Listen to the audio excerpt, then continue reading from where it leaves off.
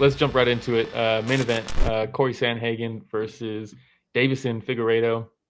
On paper, I thought this was such a cool matchup, style-wise. Both these guys are so not unique, or maybe just creative is the better way to say it.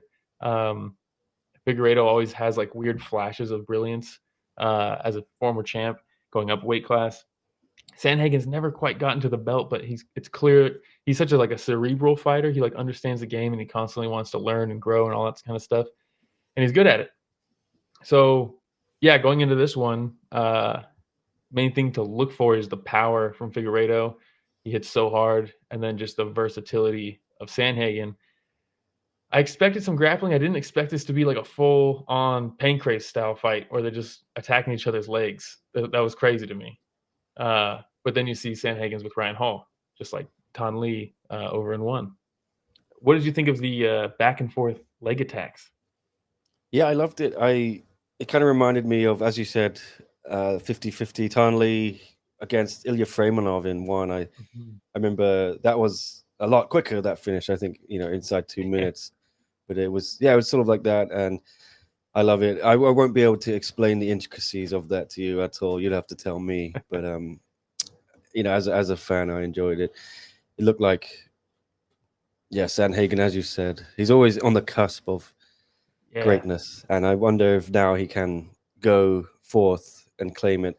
Figueiredo, yeah, perhaps it's not worked out. He's in that kind of spot. This is me showing my UFC lack of knowledge, but that's fine. I think he is maybe too big for flyweight, but possibly a bit undersized here. And he's in that no man's land, isn't he? Which is why people cut so much weight to get to a Yeah. certain division, and then they struggle when they go up because they know they possibly can't compete at that one. Yeah, he's in that category, I'd say.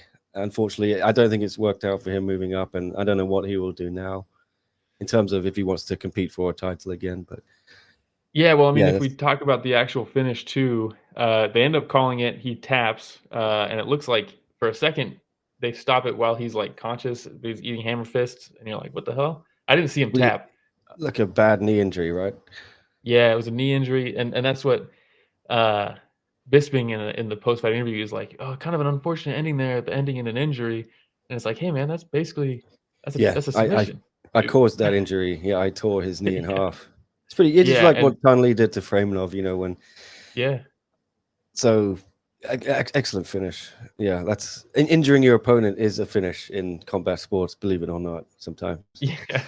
I mean, yeah, and here's that position. You see, uh, normally you'll see a lot of, and actually, if you watch the first round with Figueiredo, where he's attacking the leg of Sandhagen, see, Sandhagen has Figueiredo's left leg across his thigh.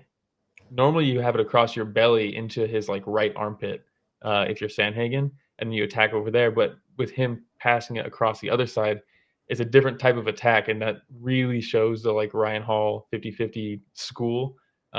Just the different attempts, the tiny different like adjustments that Sandhagen's making compared to what Figueiredo was doing that didn't work in the first round is exactly why this worked for Sandhagen. He comes up, he uses it to sweep, and in that sweep as he's sitting up, it tweaks the knee. He hasn't gotten the MRI yet. I think he just went back to Brazil, but yeah, I mean, he's about to be 38 years old. Tough Bad one. knee injury. Mm. Yeah, it's tough.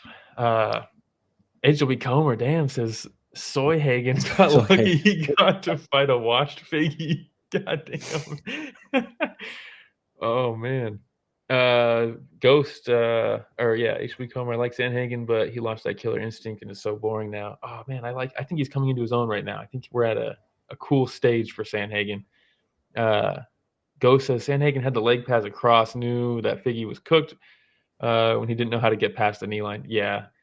And I saw someone, I think it was Blunderbub, said commentators seemed confused by Figgy's tactics in the first. Yeah, Bisping was saying, yeah, you go at this day and age in MMA, you go for legs, you get pounded out because that's what was happening to Figgy in that first round. It's like, no, it just depends on who you are. Like some guys can go for it, some guys can't. And like you look at someone like Ryan Hall or Tan Lee against Freemanov, like if you attack it the right way, you can still make it work, obviously, because 2 minutes later it worked for Sandhagen. But yeah, I think Sandhagen, that kind of puts him in the position to fight for the belt well, at least be the backup for Merab versus O'Malley. He'll probably face the winner of that, I would imagine. How has O'Malley managed to get a rematch?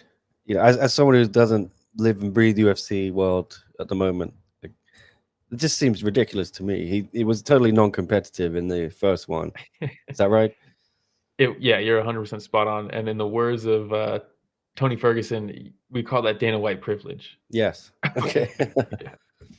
When you got that star power or the UFC push behind you, they'll take any inch they can to make something happen. And But I want to say, Will, great breakdown there. Thank you. You no, I schooled appreciate me. it. I love listening to your knowledge and breakdowns. And yeah, sorry for the fans tuning in. I don't have that skill. Hopefully, we'll No, bring no. something else to the table today. But listen to Gotcha. Will. If you want fight breakdowns, he's the man. Yeah, well, I did get a new mic, and now I have myself coming through the mic into my own ears, which I didn't have in the past. So if I seem like I'm losing where I'm going, it's because I'm adjusting to that. It's a whole new world. Ghost, Yeah. yeah, it's a whole new world. I can hear myself. I don't like it. Ghost says Charles Oliveira and Pantoja reaps the knee and forces their opponents to turn away. Doing UFC commentary seems to be not watching fights. Yeah, there's plenty of guys who attack it the right way. Pantoja and Oliveira. Oliveira, was it Kevin Lee that he like destroyed? He was the one that destroyed Kevin Lee's legs or knees, if I'm not mistaken, because of just constantly attacking the legs correctly. And instead of some people attack the leg and they just go 100% all in on getting this submission, and then some guys attack the leg as a means to create an opportunity for a sweep, and that sweep can be super damaging. It doesn't have to be the submission all in, because that's where you see guys get stuck, and then someone just postures up or stacks them and then just beats the shit out of them. But the right guys with the right attacks, it can be dangerous. Hey everybody, Romero and Will here. Thank you for watching that short clip. Just so you know, that was a small excerpt from what we covered this last Sunday, right, Will? Yeah, we cover the entire event every weekend. So this was just a cutout from the live stream that we did. The link to that live stream is in the description. So if you want to hear about the other fights that night, it's down below in the description. Please like, subscribe, hit the notification bell, because we go live every Sunday to cover events. And if you do that, you'll know for next week, and you can tune in and be in the chat and get featured on the show just like everybody else was on this clip. We hope to chat with you live.